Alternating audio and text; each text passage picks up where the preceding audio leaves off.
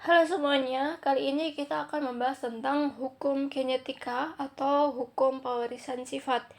Bagaimana kita memahami suatu sifat, genotip, bahkan fenotip dari kita sendiri atau orang lain, atau untuk tumbuh-tumbuhan ataupun hewan. Biasanya ini diajarkan di kelas 9 SMP ataupun kelas 12 SMA. Nah, sebelum membahas lebih jauh, kita harus perhatikan dulu apa saja objek yang akan kita pelajari hari ini, yaitu sejarah pewarisan sifat, istilah dalam pewarisan sifat, hukum Mendel 1, kemudian persilangan monohibrid dominasi penuh dan dominasi tidak penuh atau intermediate, kemudian membahas tentang penentuan jumlah dan jenis gametnya, kemudian membahas hukum Mendel 2, dan terakhir kita membahas tas cross dan back cross. Oke, sebelum masuk ke materinya, coba jawab pertanyaan ini. Apakah gen itu mempengaruhi penampilan kita? Coba lihat di sekeliling kalian, apa aja ciri fisik yang kamu perhatikan ketika melihat orang-orang? Apakah ada yang berbeda atau ada yang mirip gitu?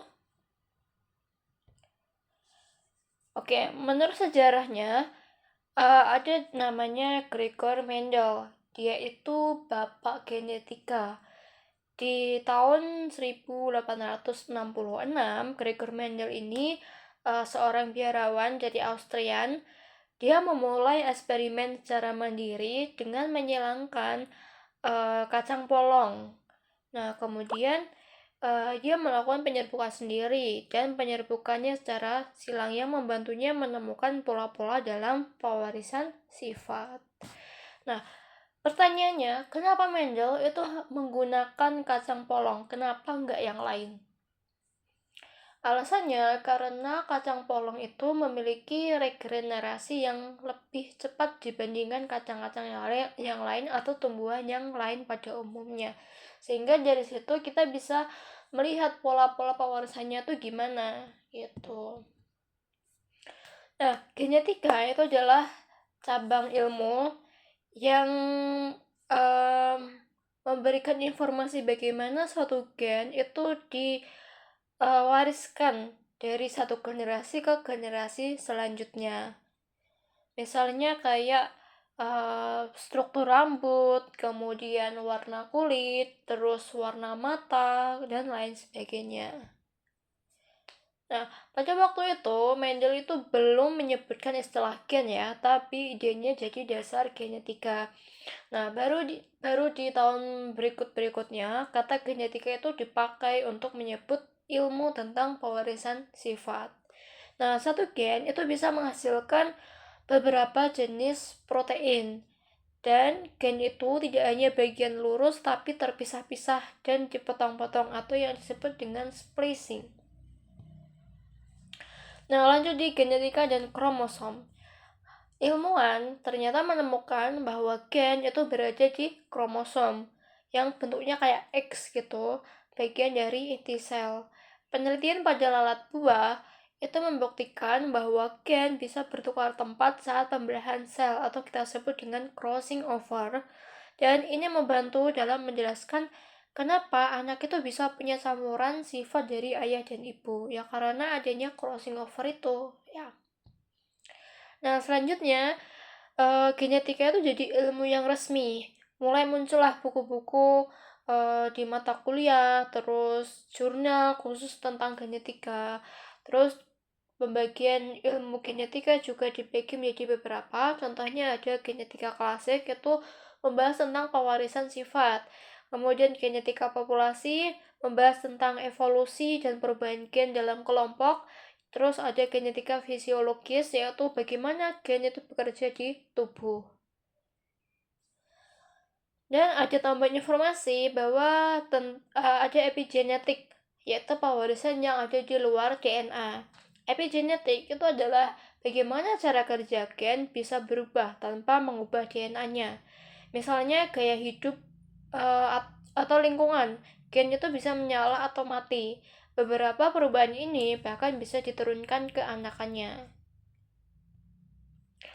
Nah, selanjutnya ada istilah dalam pewarisan sifat. Yang pertama ada gen. Terus kedua ada alel, ketiga dominan, terus ada resesif, ada genotip, fenotip, homozigot, heterozigot, kemudian persilangan atau crossing, dan terakhir ada Punnett square atau papan Punnett. Untuk yang pertama kita bahas adalah gen. Gen itu adalah bagian dari DNA yang membawa informasi untuk menentukan suatu sifat. Misalnya warna mata, kemudian bentuk rambut, warna kulit, dan lain sebagainya. Ibaratnya tuh kayak gen itu seperti resep masakan dalam buku resep, yaitu berupa DNA. Jadi DNA-nya itu adalah buku resepnya. Nah, di dalam lembaran-lembaran resep itu ada yang namanya gen gitu. Nah, lanjut di alel. Alel itu adalah bentuk alternatif dari suatu gen. Misalnya, gen warna bunga. Bunga kan nggak cuman warnanya cuma satu ya. Ada warna merah, putih, terus ungu, dan lain sebagainya. Nah, warna-warna itu kita sebut dengan alel. Kemudian masuk di dominan. Kalau dominan adalah alel yang menutupi alel lain jika keduanya itu muncul bersama. Sifat dominan akan terlihat. Contohnya, kayak alel mata coklat dominan terhadap alel mata biru. Nanti ketika anaknya lahir dan kita bisa tahu tuh warna yang dominan itu apa, yaitu warna yang coklat, karena adanya sifat dominan yang warnanya coklat dibandingkan dengan yang biru. Kemudian kalau resesif itu kebalikannya dari dominan, yaitu alel yang tertutupi oleh alel dominan dan hanya terlihat jika dua-duanya itu resesif. Kemudian ada genotip. Genotip itu adalah kombinasi gen atau alel yang dimiliki suatu makhluk hidup.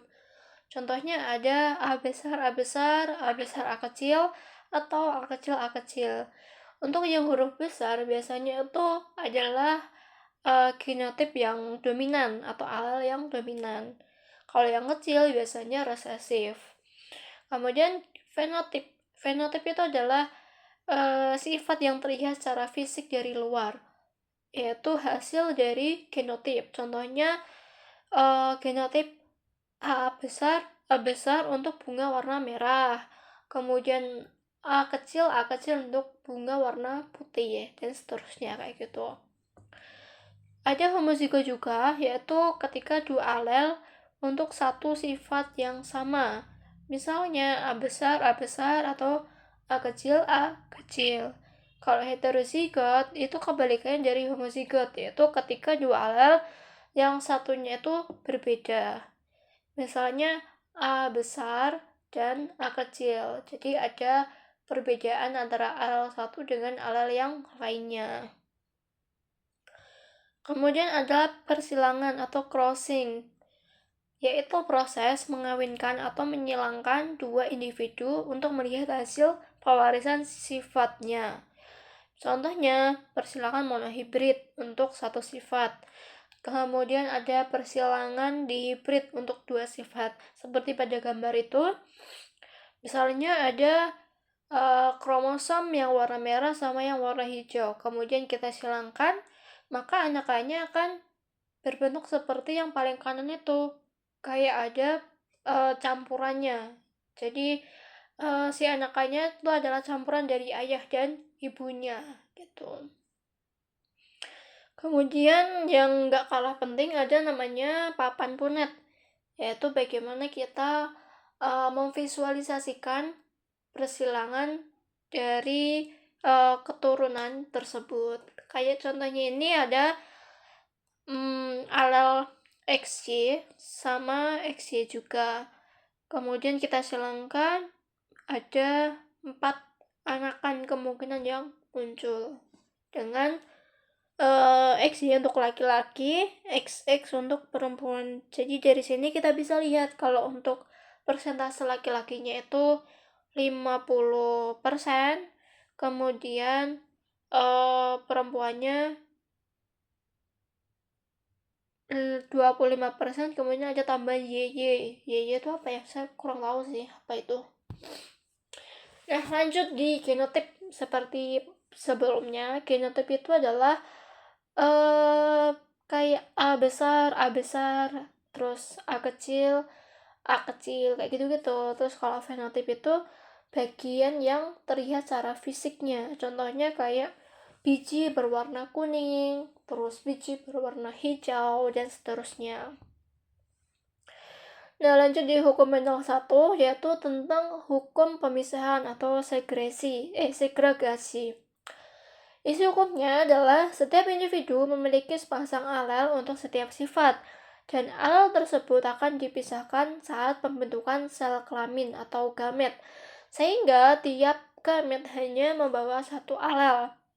Jadi dari isu hukumnya ini bisa kita pecah-pecah menjadi 3. Setiap makhluk hidup, misalnya manusia atau tanaman, punya 2 alel untuk satu sifat, yaitu satu dari ayah dan satu dari ibu. Saat mereka menghasilkan sel kelamin, yaitu sperma atau sel telur, maka kedua alel itu akan dipisahkan. Jadi setiap sel kelamin hanya membawa satu alel, bukan 2, ya. Contoh kasus pada tanaman polong. Di sini ada biji berwarna kuning dan biji berwarna hijau. Keduanya kita silangkan. Nah, sebelum kita menyilangkan, kita harus cari dulu mana yang dominan dan mana yang resesif. Oh, ternyata yang dominan adalah yang berwarna kuning dan yang resesif berwarna hijau. Maka kita bisa membuat gametnya. Untuk yang warna kuning kita sebut dengan huruf Y besar. Kalau yang kecil kita pakai huruf yang kecil, Y kecil gitu. Maka nanti si yang dominan itu akan lebih terlihat dibandingkan yang berwarna hijau, yaitu yang resesif itu. Contohnya itu di sini. Ketika sudah disilangkan, ternyata F1-nya itu semuanya berwarna kuning.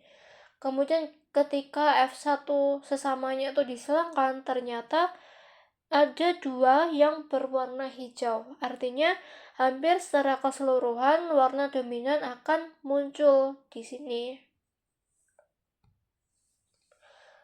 Terus ketika disilangkan tadi, nanti bentuknya akan seperti ini dari segi filial 1 sama filial 2. Kalau filial 1 kan tadi bentuk warnanya kuning semua ya, karena ada persilangan Y besar sama Y kecil, maka akan muncul Y besar sama Y kecil, yaitu heterozigot dominan. Terus di F2 akan muncul lagi, yaitu Y besar, Y besar, Y besar, Y kecil, kemudian terakhir Y kecil, Y kecil. Nah, sekarang kamu coba jawab ini. Kamu punya kacang polong dengan genotip Y besar untuk warna biji.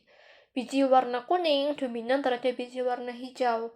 Kira-kira warna biji yang muncul pada tanaman tersebut adalah?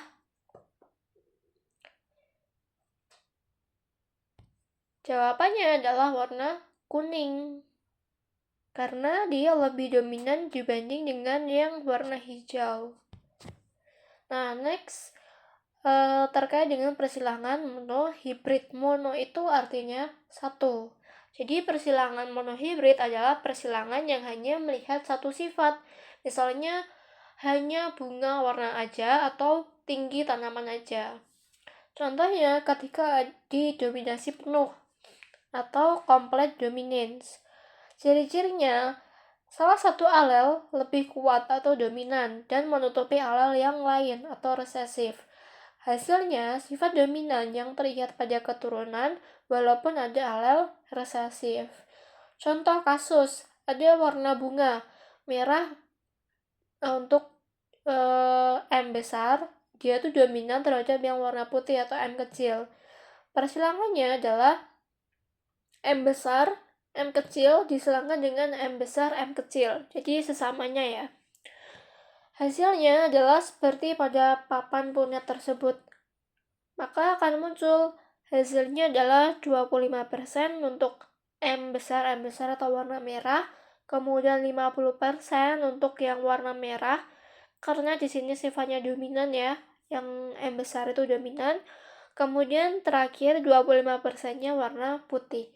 Jadi kita bisa membuat persentase keseluruhannya, yaitu 75% bunga merah dan 25%-nya berwarna putih. Nah, selanjutnya ada dominasi tidak penuh, yaitu intermediate atau incomplete dominance. Jadi tidak ada alel yang lebih dominan di sini. Jadi semuanya tuh kayak sama-sama netral gitu. Jadi ada dominan dan resesifnya tuh bercampur sehingga akan menghasilkan sifat baru di tengah-tengah. Contoh kasus di sini adalah warna bunga sepatu. Untuk yang warna merah, kita pakai alelnya huruf R, kemudian putihnya kita pakai huruf W. Terus di sini tidak ada yang dominan sehingga RW nanti akan berwarna merah muda atau pink. Nah, persilangannya bisa kalian lihat di papan punyat ini. Ada merah, kemudian merah muda lagi, kemudian ada warna putih. Dan untuk catatannya, ada sifat anak perpaduan dari orang tua tidak ada yang dominan penuh. Nah, perbedaannya secara singkat, kalau dominasi penuh, dilihat dari sifat dominasi atau resesifnya. Kalau dominasi penuh itu jelas dominan. Kalau yang intermediate itu tidak ada yang dominan penuh. Contoh hasil heterozigot kalau dominasi penuh sama seperti dominan. Kalau yang intermediate berarti campuran atau warna atau sifatnya itu baru. Contohnya itu kalau dominasi penuh, T besar, T kecil itu sama dengan tinggi. Seperti T besar dengan seperti T besar gitu, seperti dominannya gitu. Kalau yang intermediate, contohnya RW, ini berarti merah muda atau antara merah dan putih. Nah, contoh soalnya bisa kalian kerjakan ini ya. Ada soal nomor 1, soal nomor 2. Kemudian ada lagi. Bisa kalian pause dulu. Ini nomor 4-nya.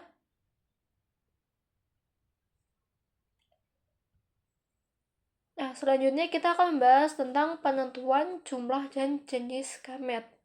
Nah, apa itu gamet? Gamet itu seperti pada sebelumnya tadi adalah sel kelamin atau sperma atau sel telur yang membawa setengah jumlah gen dari indukannya atau haploid.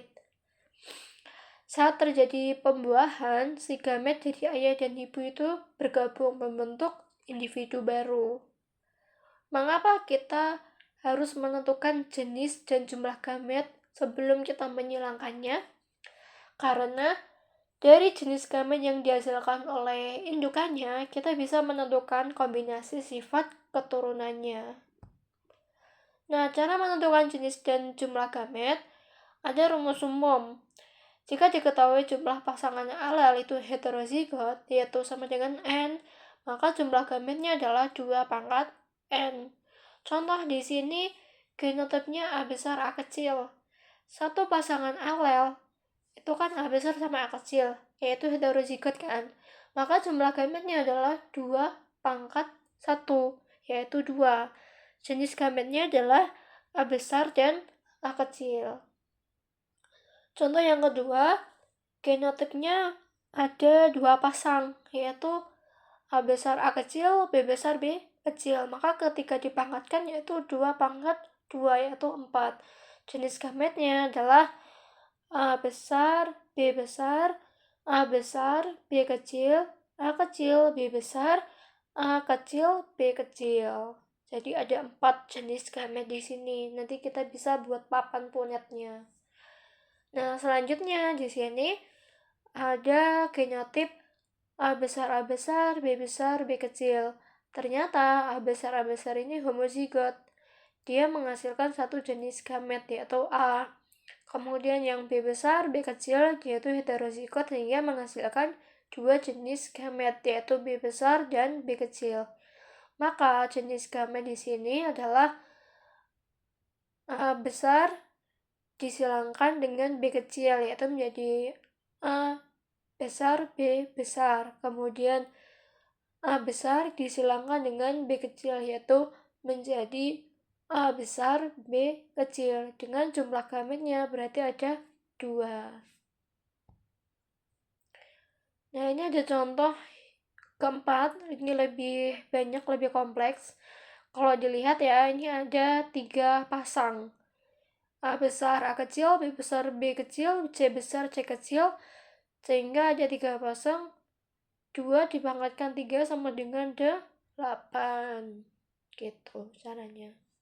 Terus dari 8 itu kita bisa menentukan jenis gametnya seperti berikut. Harus berjumlah 8 sesuai dengan rumusnya. Nah, lanjut di persilangan di hibrid.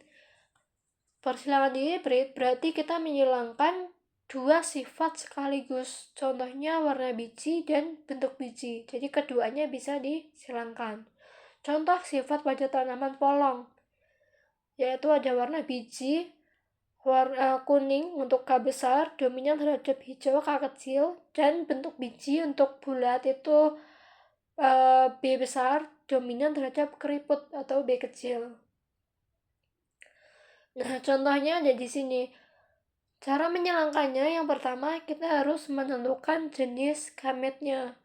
Untuk A besar, A kecil, B besar, B kecil, maka alal dari genotip tersebut adalah A besar atau A kecil. Alal dari B adalah B besar atau B kecil. Kemudian kita bisa berdominasi gamet yaitu A besar, B besar, A besar, B kecil, A kecil, B besar, A kecil, dan B kecil. Maka kita bisa lihat papan punyetnya dengan 4 kali 4.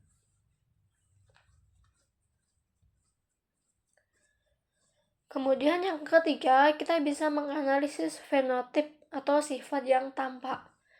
Warna kuning dan bentuk bulat, keduanya itu sama-sama dominan. Kemudian kita bisa lihat ada warna kuning dan keriput, hijau dan bulat, dan hijau dan keriput. Nah, dari hasil ini atau rasio fenotipnya bisa kita lihat ada kuning bulat 9 bagian. Bisa kamu lihat genotipnya ya. Kalau yang warna kuning K besar itu pasti dominan, dan bentuk bulat yaitu B besar itu juga dominan.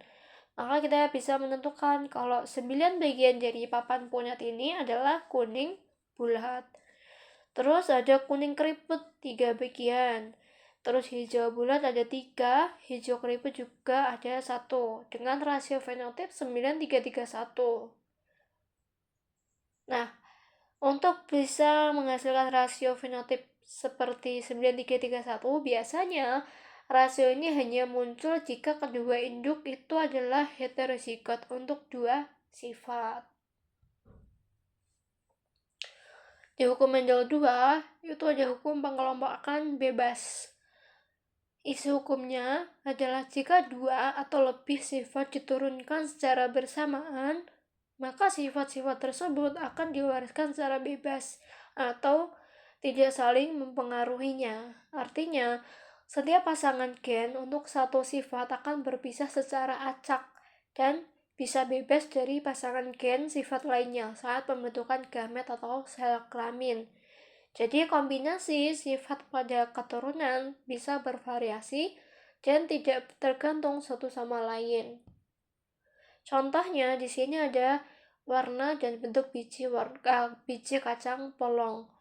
Untuk warna ada kuning yaitu dominan terhadap hijau, bentuknya ada bulat, dia dominan terhadap keriput, sama seperti pada sebelumnya tadi ya contohnya.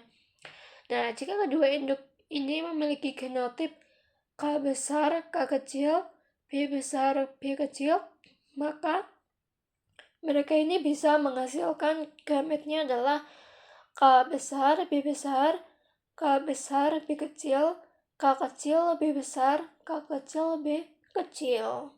Nah, ini bisa terjadi karena alel, warna, dan bentuk biji bisa bergabung bebas satu sama lain. Jadi kesimpulannya, hukum Mendel 2 ini menjelaskan bahwa gen untuk satu sifat tidak mempengaruhi gen sifat lain saat diwariskan. Nah, contohnya bisa kamu kerjakan ini ya. Bisa kalian pause.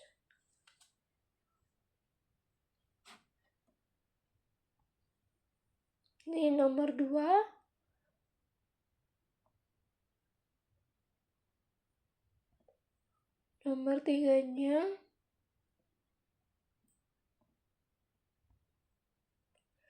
Nah, lanjut di pembahasan yang terakhir, yaitu tes cross atau uji silang.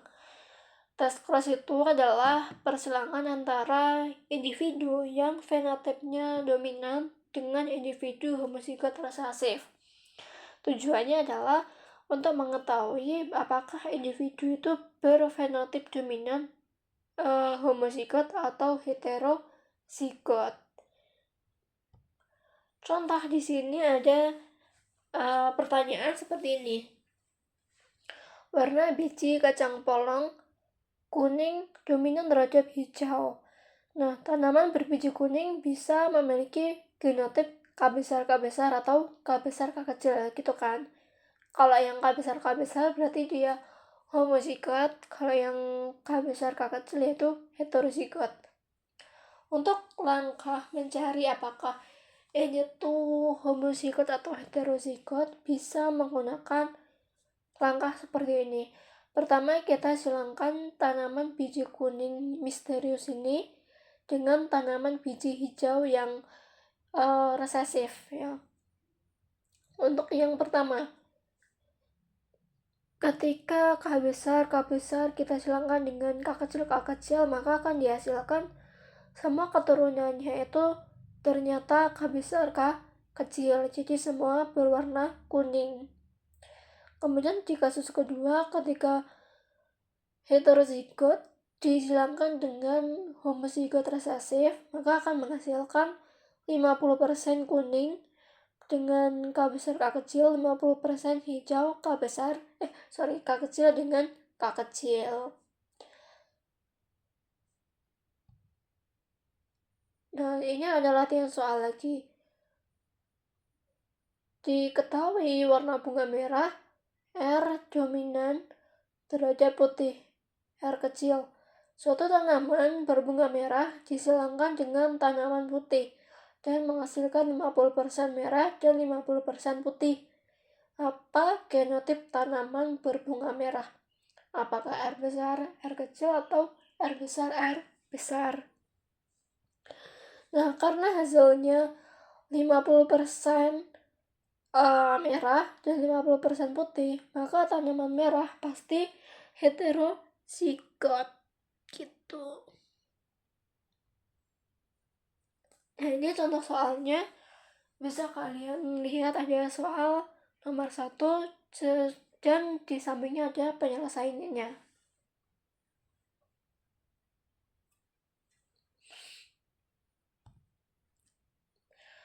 Ini untuk soal nomor 2.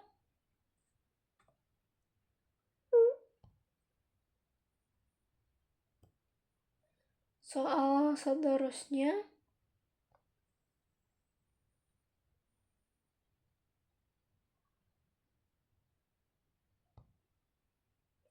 Oke, terakhir ada backcross. Backcross itu adalah persilangan balik bagaimana suatu metode pemuliaan tanaman atau hewan di mana individu hasil persilangan F1 disilangkan dengan salah satu indukannya. Tujuannya untuk menggabungkan sifat-sifat unggul dari induk dengan genotip individu F1 atau untuk mengembalikan suatu sifat tertentu pada galur murni. Contoh di sini ada indukan ayam. B besar disilangkan dengan ayam putih B kecil. Ternyata keturunan F1 seluruhnya berbulu hitam, yaitu B besar, B kecil.